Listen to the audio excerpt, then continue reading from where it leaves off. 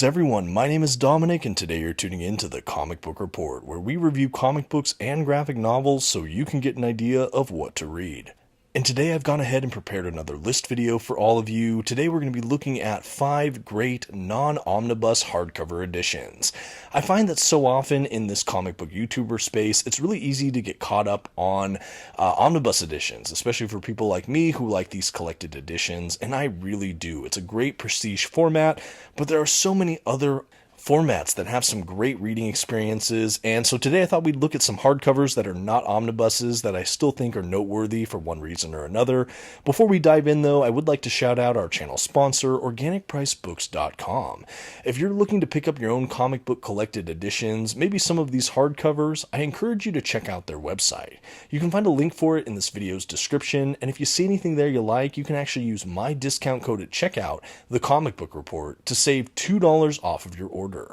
Please note if you use my affiliate link or code to make a purchase, I will earn a small commission, but it's a fantastic way to support this channel. Thank you so much for considering. Now why don't we get started on today's list? In no particular order, we're going to go ahead and start off with 8 Billion Genies by Charles Soule and Ryan Browne. Now, admittedly, this is a recent read for me, so it is fresh in my mind. When I thought about this video topic, I thought, I'm going to spend a few more minutes talking about this book because I just really enjoyed it.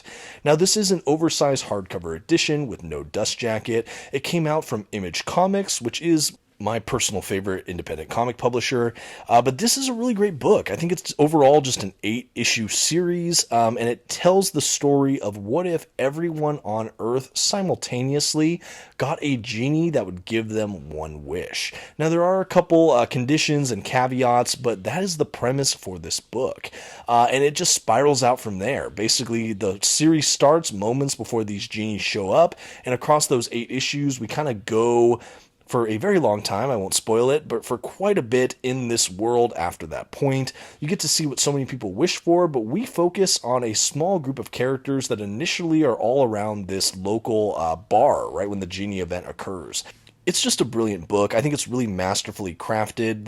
They even say it in the extras, that this is an almost impossible premise, and that's what drew these creators to this work. They thought, how in the world can you make this a reality? Because it's such a broad and hard to define kind of premise. There's so much going on, there's so much that can happen, but what are some of the rules we could give them and how can we make it a reality? And I think they do a great job. The art from Ryan Browne is fantastic as well. All the character models are super unique, and I think the style is just really cool. I like the detail work here. I don't see a lot of art like this. I just think it's really beautiful. I love that it's still an oversized edition, and I also like that it's kind of a one-and-done book. We have the whole mythos, the whole world, and just these couple issues, and it's a really fun, maybe 1 to 2 sitting kind of read. I did do a full review of this on my channel. If you're interested, you can go ahead and take a look at that. I think there's some spoilers in that, but I really love this book. And so when I was thinking of hardcover books that are not omnibus, that are still worth picking up, this was really high on my list. There was such a huge buzz for this as it was coming out month to month in single issues, so I earmarked it as a title to go back to whenever it got a collected edition. I'm so happy I went ahead and got it. Charles Soule has gone on to do so many great works in his career. A couple I've read outside of 8 Billion Genies that I've really enjoyed are some of his work on Vader. I really liked his Daredevil run. Him and Scott Snyder team up to do Undiscovered Country, which is another Image title I've thoroughly enjoyed over the last couple years. And I just most recently read him attached to the Swamp Thing New 52 era. But this is a great book. I like that it's a little bit outside the beaten path over at Image rather than the big two, Marvel or DC. So if you're looking for a great comic to jump in on that's maybe outside of the superhero genre, this is one I could wholeheartedly recommend and just say it's a really fun ride. It doesn't overstay its welcome. It's a great one-and-done collection and a beautifully made hardcover that just happens to not be an omnibus. Next on the list, we're looking at Hellions by Zeb Wells. Now, this is an oversized hardcover edition from Marvel Comics that, frankly, I've seen omnibuses that are smaller than this. I'm surprised they didn't call it an omnibus, but it is really great. This does take place during that Dawn of X, early Krakoa era for the X-Men and X-related books, of which this is one. This is really a rogue team of mutant characters that's led by Mr. Sinister and has a field lead of Quanon, the body of Psylocke, the two of them kind of mixed together in a weird way with Psylocke for a long time, Quanon and Betsy Braddock. Anyway, they've been separated out. Quanon's kind of the team lead in many ways. We also have characters like Havoc, and a couple other just really fun additions to this team that were lesser known mutant characters, at least to me. But it's a real rogue kind of like villainous team that tries to do arguably okay things. It's an extremely violent group that does these kind of borderline chaotic things, I would say. The whole time you also get the feeling that Mr. Sinister is 100% in for just his own ends. Havoc is really an outlier on this team. Most of the run you're wondering what's going on with him and why is he on the team in the first place. But it's a great X-book with a ton of humor and intrigue. The entire run is collected in this hardcover as well. At this time, these other collections left out the X of Swords tie-ins. The X of Swords was a big crossover event with all the X-books that happened early on in this Krakoa era as well. So a lot of even the hardcovers would leave out the tie-in issues, but Hellions was the rare exception that has the entire run on the title included in this book. And the ending for this book is fairly definitive. This team of Hellions begins and ends in the scope of this book, so I actually think that this is a fantastic one and done read. And while it would maybe help to know a few of these characters from previous readings, I don't think you really need to know much of anything before just enjoying this book. This is during the Krakoa era, so I guess I should say with one caveat that House of X Powers of 10 establishes the status quo in the Krakoa era of X-Men, so that is probably a helpful benchmark before reading this, but I don't think it's required. I think if you want a really fun, kind of chaotic, more action-heavy X book that just happens to have gorgeous art throughout, I think you could do a lot worse than Hellions. It has a darker edge to it. It has a lot of great smaller storylines, but you have kind of central plot threads that are throughout the whole book as well. And I just think the group of characters is a ton of fun. The characters are really what sell this book for me, even more than the action and the set pieces. The characters are really brilliant. How they work as a team, or maybe fail to work as a team, is really a standout of this book.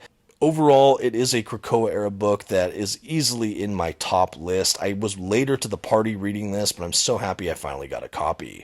I did do a full review of this on the channel as well if you'd like some more details on it, and I have a great handful of videos on the Krakoa era if you want to just kind of familiarize yourself with that stuff. I think you can find it in my X-Men playlist or generally by perusing my back catalog. But yeah, that's Hellions. And hey, while you're watching, if you're enjoying this video and you've yet to subscribe to the channel, I would just like to invite you to do so. I'm always doing comic book list videos like this, comic reviews, unboxings, things like that. Thanks for considering. Okay, next on the list we have Batman Under the Red Hood, the Deluxe Edition. This came out from DC Comics this past year, and it's one of my favorite DC Deluxe editions I've had the pleasure of reading. I did review this on the channel as well, but it gives us the entire Under the Red Hood storyline, along with the miniseries Red Hood Lost Days, which I had actually never read before this Deluxe Edition. It is another oversized hardcover edition. Really, really love it. This material is not included in any kind of omnibus edition, so it's a great way, a great prestige hardcover format to get that just happens to be a non-omnibus. For those that maybe don't know, I'll try to tiptoe around spoilers, but Under the Red Hood really shakes up the Bat family. There's a new anti-hero kind of villainous character in town going by the name of Red Hood that may or may not have deep ties to Batman and that whole mythos, and this is the story of when he is unleashed upon Gotham. There's a lot of mystery and intrigue here, and it's just considered a modern classic at this point. It establishes Red Hood as a character who's gone on to become a fan favorite by so many. I know I'm a fan of Red Hood. In fact, if you have Red Hood comic book recommendations, let's see those in the comments. I'd love to read more.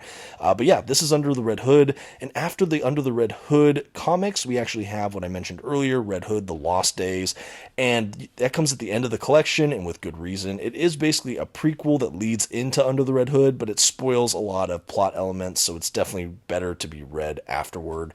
But a great inclusion in this book. It definitely padded out the collection, made it a bit longer. And overall, I really just can't speak highly enough about this hardcover edition. I think the deluxe editions from DC Comics in general have been pretty well made, but this was one that was long anticipated by many people, and I'm really happy to have gotten a copy. Like I said, I would consider this a Batman modern classic. You know, the storyline first came out, within the last 20 years, so it's not like super fresh, but it is like a quintessential and just important Bat story for a modern fan. And if you're a fan of Red Hood, if you've liked what he's gone on to do, you have to to read this story. It's an absolute must read. I think it's just really well done too. We get to see a lot of the other members of the Bat family and kind of Batman supporting cast throughout this work as well. So if you're a fan of just the greater Batman universe and that just cast of characters, this is a great showcasing of a lot of them. Like Nightwing pops up. I know he's gone on to become quite a bit more popular in recent years with the Tom Taylor run. He definitely shows up. But yeah, a really great book here. I really like that we got 2 full stories included, a good handful of extras, and I just think overall it was really well made. I've said this a couple times already in this video, but this is another one I've gone ahead and reviewed on the channel. I've reviewed both the main story when I had the paperback edition, but I did go ahead and re-review it when I got this deluxe hardcover. But really, really great. I had such a fun time with it. I'm really happy to get it in a hardcover format, and I had to include it on the list. It's not an omnibus, but it's an essential kind of canon read for Batman. So Bat collectors out there, definitely keep an eye out for this one. Next on my list, X-Men, The Wedding of Cyclops and Phoenix. This is another oversized hardcover. This one comes by way of Marvel Comics. I put this on my list to be a little bit cheeky, I will admit, because for all intents and purposes, this is an omnibus. It should be an omnibus. It's a gigantic, kind of all-encompassing hardcover for this era of X-Men. It has tie-ins, it has miniseries, and it collects this whole wedding event and everything before and after, and it's just a massive tome of a book. Easily should be branded an omnibus, and honestly, I'm going to speculate. I think if this gets a full reprint down the line, they'll probably just call it an omnibus and repackage it. I'm pretty certain. Honestly, it's really great, and I had to include it on the list. It's basically an omnibus already, but it is a non-omnibus that I think is worth talking about.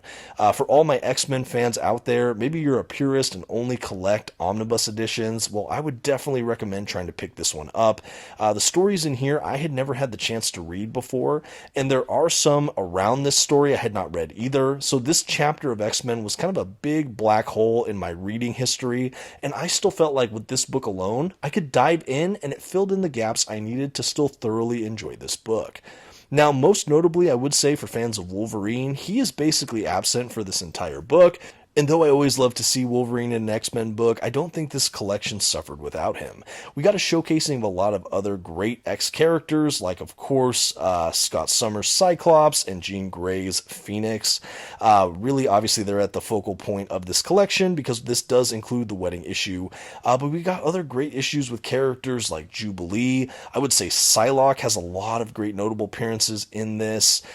We have Sabretooth as well, that has a really, really malevolent presence throughout most of this book. We have a ton of Cable. We have actually a great miniseries with Cable, Cyclops, and Jean Grey toward the end of this omnibus that I thought was absolutely fantastic. We actually kind of explore some of Cable's origins in this, which I think are really an important pivotal moment in X history, and I'm so happy I finally had an opportunity to read it.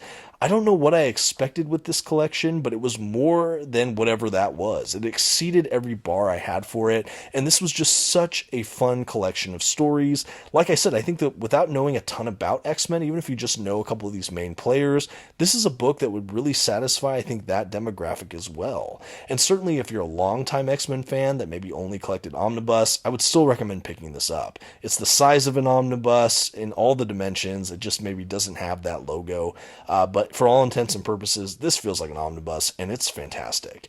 I really like this. I can't speak highly enough about it. It's one of my favorite X-Men books in my collection now, just because I so thoroughly enjoyed all of the stories in it, and I just had a blast going through it. So again, definitely recommend X-Men, The Wedding of Cyclops and Phoenix for a great non-omnibus hardcover, at least for now.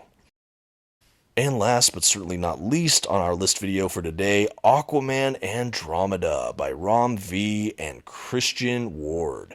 This is published from DC Comics as part of their Black label. It is a hardcover non-omnibus edition, but it's also in a very cool oversized format that I've been noticing that DC in particular has been releasing more and more books like this, especially under the Black label, like Catwoman, Lonely City is one, Harleen was another one, but I really like it. The kind of boxy looking format that opens up into this big rectangle. I think it's a fantastic way to showcase the artwork in a just breathtaking landscape format.